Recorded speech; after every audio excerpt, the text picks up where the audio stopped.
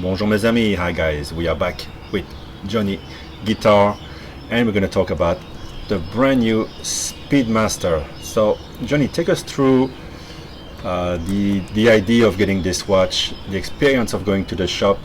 Were you going to buy it? Were you surprised that they had it? How did you pick this one? I'm going to turn it around. Yes, that would be the Hesalite, I suppose. Yeah, it is the Hesalite. Look, the Speedmaster is a watch I've been, toying with, or the idea I've been toying with for as long as I've been in watches, which is pretty much 21 or 22 years now. And I came close to buying it a few times. Originally, the one I was interested in was 145.012, so a pre-moon. Actually, is it a pre-moon? Yes, it's a pre-moon, which is a vintage watch.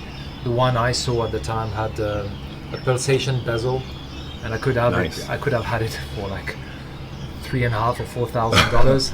Right now, it's probably with this kind of bezel, which is very, very rare on this Pulsation. reference. It's probably $12,000, $15,000. I just saw a picture of a precision bezel on Instagram. Actually, I saved it. Contrary to you, it's on the phone that we're using to video this. But I will put the picture there, and I was surprised to see that precision, very clean bezel on it. I don't know if it's a mock-up, if it's a new one, or if it's a it's normal. the original one. Half the bezel is blank. Really, it's You, black. you know they're gonna make it again. Oh, for sure, for sure. If Uptick talks about it, and Well, with of Johnny course. Guitar, they're gonna make Of it course. again. I mean, we'll just call the CEO of Omega. Just They're gonna like wait 6 Waco, months that everybody buys this one, And then then we the can do- pulsation, There which we is the most useful thing when you want to talk to a chick. Can I use my watch to check if you're okay? Yeah, sure. Yeah, but So I wanted to buy a vintage one. Then something different came along. I think it's pretty much at that time that I bought my since departed Rolex Submariner date 1680. So there was always something getting in the way. So I didn't get the vintage one. And as for the modern one, I tried it maybe 10 or 15 times through the years, because I'm like, it's not normal now. I've bought so many watches. So this is mine. This is the 1861 caliber, the previous iteration of this. And I was like, and I had bought so many Rolexes, and I'm like, but the Speedmaster is an absolute classic design. It's the most famous chronograph, or at least it's the one associated with the biggest endeavor in mankind, which was to go into space and to the moon. And but there was always something that was stopping me, and you're showing it right now, which is the fact that it just didn't wear well on my wrist. The bracelet made it wear terribly on my wrist, and every time I was going to an AD or when I was at a second-hand watch dealer, I put it on my wrist, and it just didn't do anything for me. And the bracelet is probably 90% of the reason why, because it's this kind of big oyster-type bracelet. And the male end link. So the end link is huge. Now, with the end link, the measurement of the watch ending to end link is 54 millimeters, which is actually bigger than a Panerai. A Panerai 44 millimeters has, a lug to lug of 53 millimeters. That particular Speedmaster is 48, but once you add the end link, it's 54, meaning that this is a 42 millimeters watch, but it really wears, at least for me, more like a 43, if not more, watch.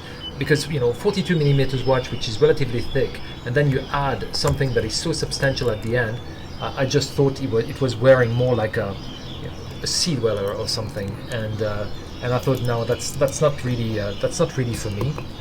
So come to 2021, and they just released this new Speedmaster, which basically what they've tried to do more or less is to recreate the 105.012, so the one that Buzz Aldrin wore when he walked on the moon, and then they made so many different changes to the watch that I went to the dealer to see it a couple of weeks ago, And they had it.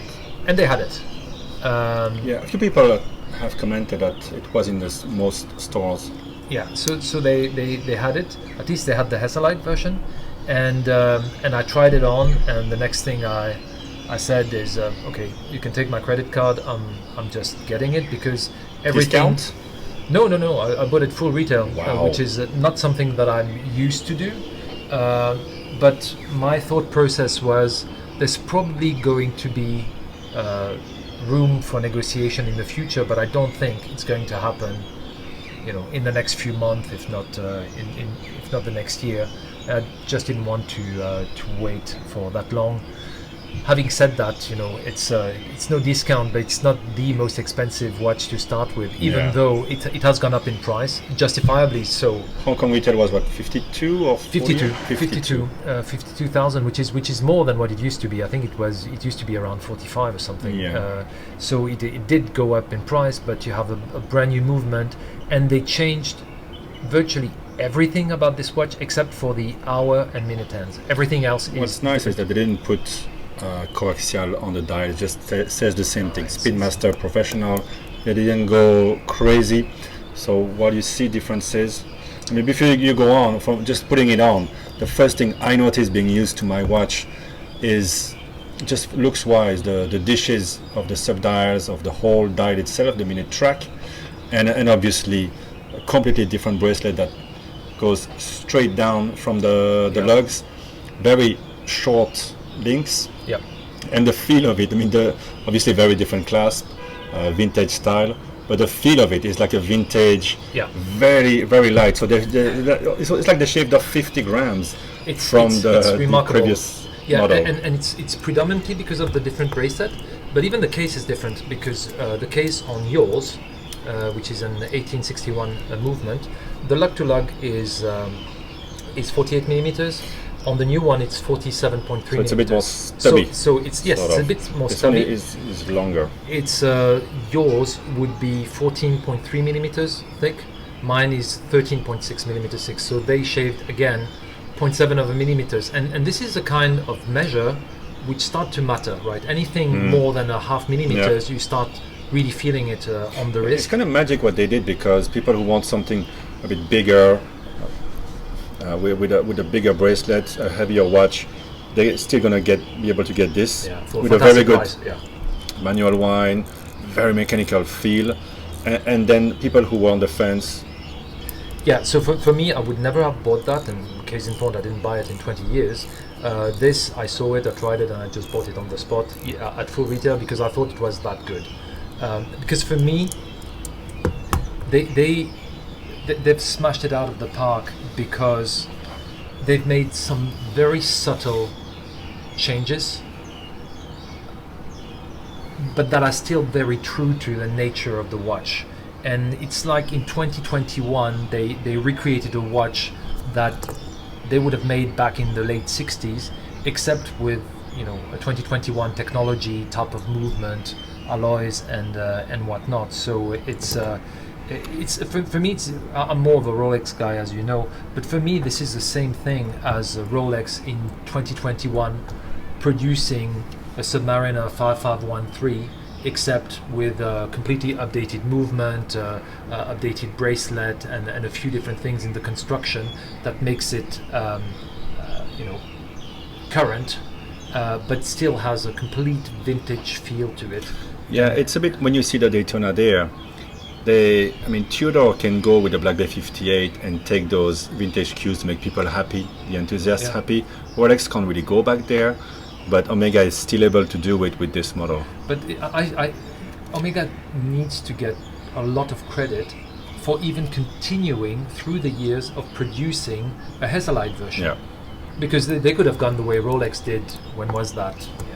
30 years ago, and say, now we're going to phase it all out.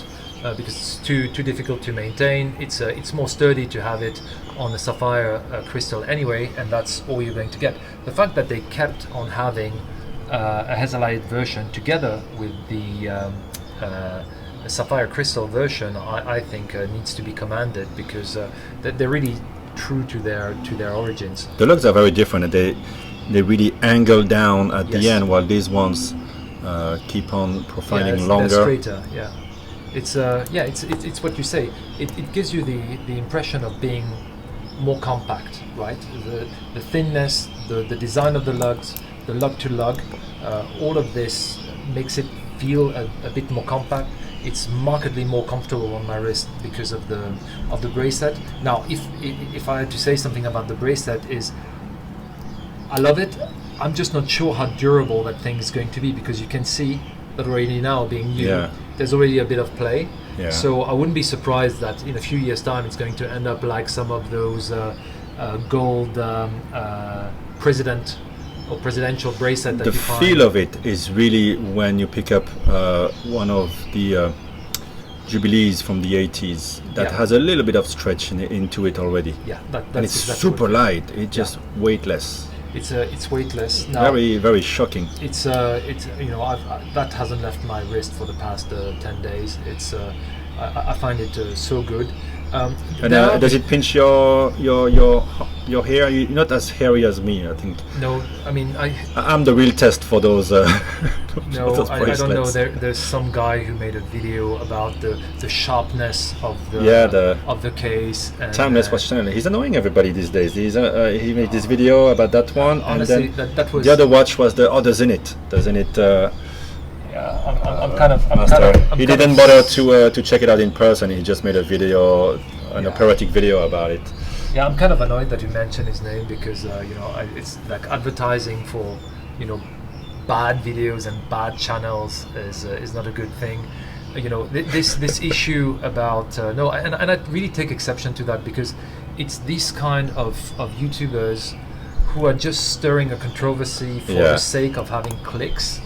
Honestly, unless you are morbidly obese and you are wearing the watch that tight, very sensitive, he's a musician, and we are musicians, but we're not the sensitive type. But unless he makes pop music, so one of his songs is just it's pop music, let's say. Yeah. And but again, if you have a normal wrist, there is no way, just by design of the case back, that it's going to dig into your watch. It's a non-issue.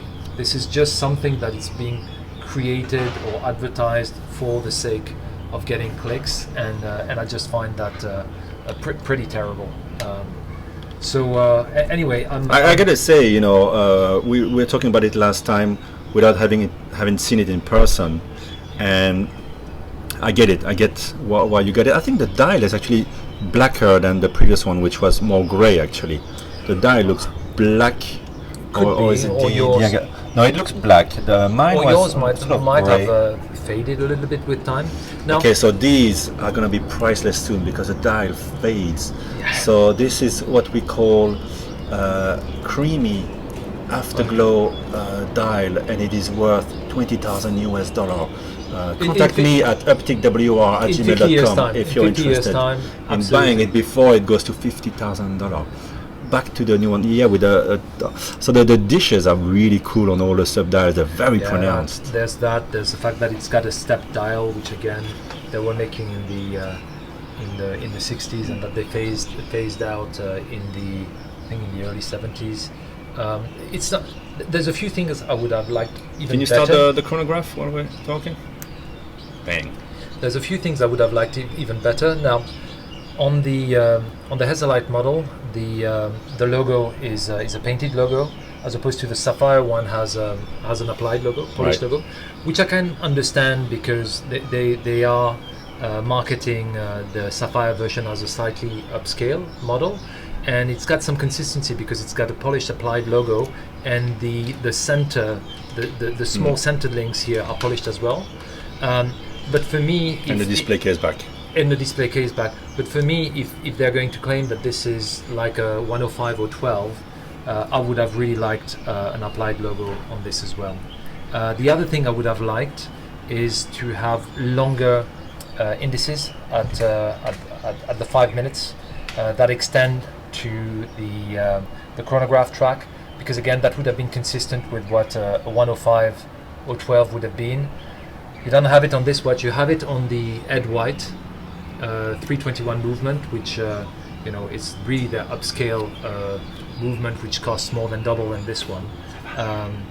But I guess, you know, they want to differentiate their models, and I can understand that. And yeah, it's small details. I would have liked them, but it wouldn't have stopped me from buying this, because this is just so good. And lastly, the last thing I would have liked, like everybody else, I would have really liked if they had done some kind of extension where you could do this instead of having to take the you know, toothpick or whatnot to extend it. I think you can buy one for the old version, right? There is could be. I'm not that is available. An expert. Even maybe at the AD. Yeah. You can ask for it. But now there is a micro adjustment that gives you about a half link, and the link themselves are not very big, so you can get a pretty precise fit. I don't think you need that much more. It would just have been more convenient if you could have done it without having to use a tool. But apart from that, it's very difficult to criticize this watch.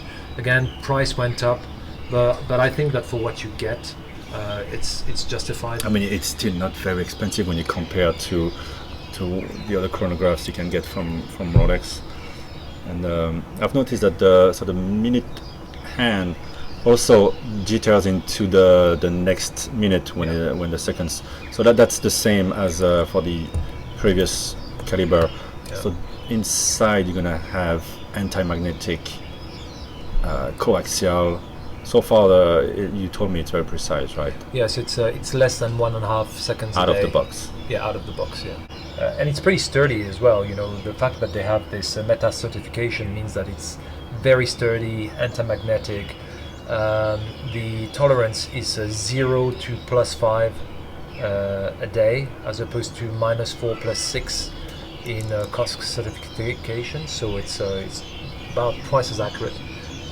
So no, it's I think it's a remarkable feat that they've done, and again, they've done this in a way that will please all of the traditionalists as well. So it's not an update that everybody's going to be up in arms saying, oh, they messed up with the styling and all that. If anything at all, is they went back in design to something that they'd done many years ago, while upgraded everything that needed to be upgraded, namely the movement first and foremost.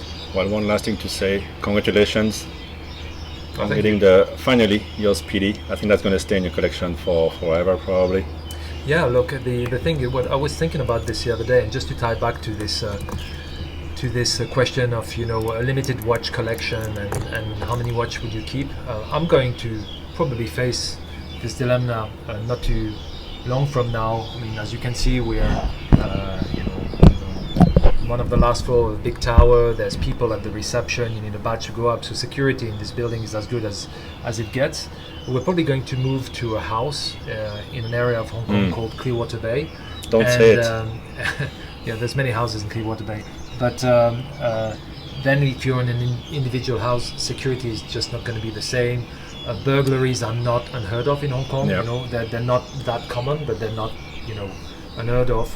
And what's probably going to happen is I'm probably going to put most of my collection in a safe in a bank, and I'm probably just going to keep 4. Or get a proper safe, like in the underground of the house somewhere that's unpenetrable. I'll probably get a safe as well, but I was thinking I'd keep, you know, the first. Actually, what I'm probably going to keep is the Vacheron Corne de Vache, because I love it and it's versatile enough for anything that we've described over the past of a couple of videos, and it's so classic. The Rolex Datejust 36, because, you know, it's the kind of stuff you can wear very easily doing anything. The Zin U50, because I just need a sports watch for all my activities. Yeah. As a 4th watch, I'm probably going to keep that, and everything else, including the Explorer 2, is probably going to go in the safe. But what you can do, but you know, it's not bad, because then you put away some watches, and when you do a rotation, you go pick a couple up, put the other ones back in the safe. You will discover them in a way. Yeah, I don't think I'm going to leave this one too far away from me, because obviously right now it's a honeymoon period. It's going to settle down and all that, but really, for, you know, being monochromatic as it is, you could easily wear that with a suit still and not look stupid. All right. Quite good. Yeah, it's perfect with the suit. Okay, and especially because it wears smaller than the previous version. All right, let's leave it there for the Speedy, and we can compare maybe in the next video those two GMTs and and maybe the Daytona with the Zenith. Might as well, since everybody has done it without seeing them in person. Cheers, guys.